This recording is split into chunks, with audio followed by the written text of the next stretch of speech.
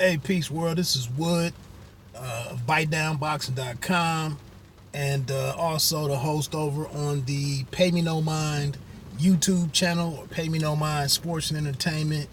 And before I go in here and try to get this workout in, I just was going to check in real quick.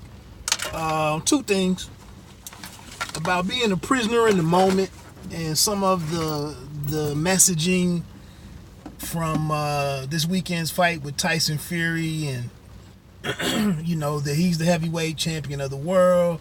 He's the lineal heavyweight champion. With the various members on the call referring to him as the number one heavyweight in the world. I think Ring Magazine came out and had him as the number one heavyweight in the world, which in my opinion, that could have just been it was more controversial to say him than Deontay Wilder. So, who knows whether there was some ulterior motives behind that. But then also with the lineal heavyweight thing, or record distinction, Paulie Malignaggi said something interesting. I don't know if it was fight hype or behind the gloves. Might have been with Michelle Joy Phelps, but he said that and it came to fruition. He said that one of the issues with looking at the lineal heavyweight title was who would enforce it, who enforces it. And this was like 3 months ago when he said this, but he was like, you can do whatever you want, you can face whoever you want to face. He said he put more credence into the sanctioning body belts because there is some structure there. Now we know that can get somewhat sketchy or corrupt or questionable. Prime example is that my man, I don't even remember, Schwarz was number 2 in the WBO. How? Based on what we know now. But that's what Paulie Malignaggi was just like, I don't know how much we really put into this thing because of the fact, like, who supervises it or oversees it. What's providing the structure to make sure that this person is not out here just doing what they want with that title. And then we get to this fight right here and we see that while the marketing was so heavy and the dimensions of that distinction was so frequently that and then he's facing a guy like Schwarz. And I think I might have mentioned this on my other video, my test video from the other night, but how do the dude just pulled all up on me real close, made me forget my thought. But now I ain't gonna try to open this door like 2 inches to get out. So I'm gonna have to move. Damn, it messed my thought up.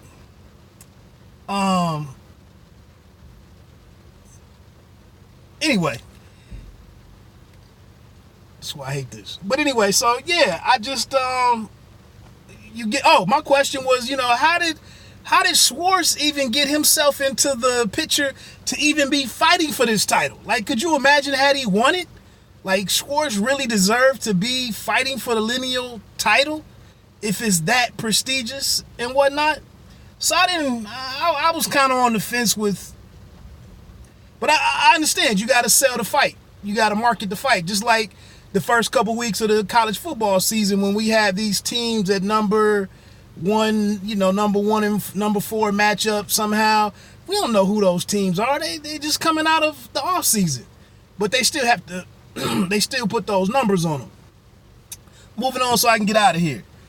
Being a prisoner of the moment and Tyson Fury being the number 1 hands down heavyweight in the world.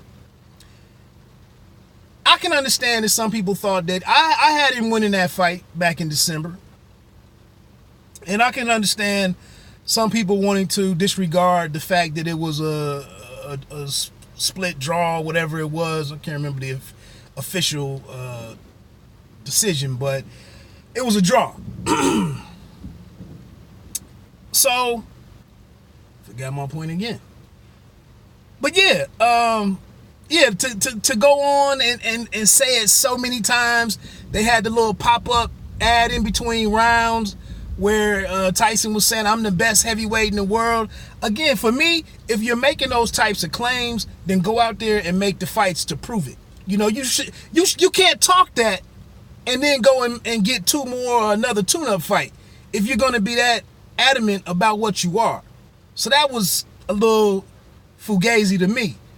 But then also, you know, to sit here and kind of disregard Wilder, his performance in the head-to-head matchup with the knockdowns and the explosive knockdown in the 12th, and then to destroy Dominic Breazeale, who was a top 5 guy in the WBC and probably ranked in the other ones at the time too. But